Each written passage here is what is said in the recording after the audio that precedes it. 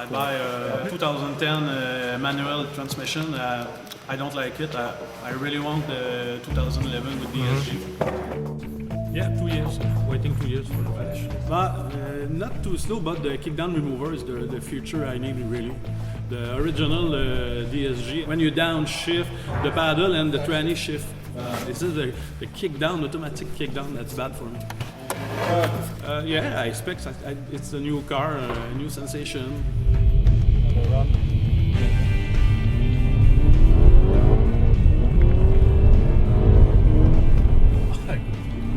It's a new car. Oh my god. Mid-range is awesome. Oh yeah, it is a recommendation for sure. Je m'appelle Eric Lamar and I choose the ECU Stage 1 Plus and DSG Stage 2.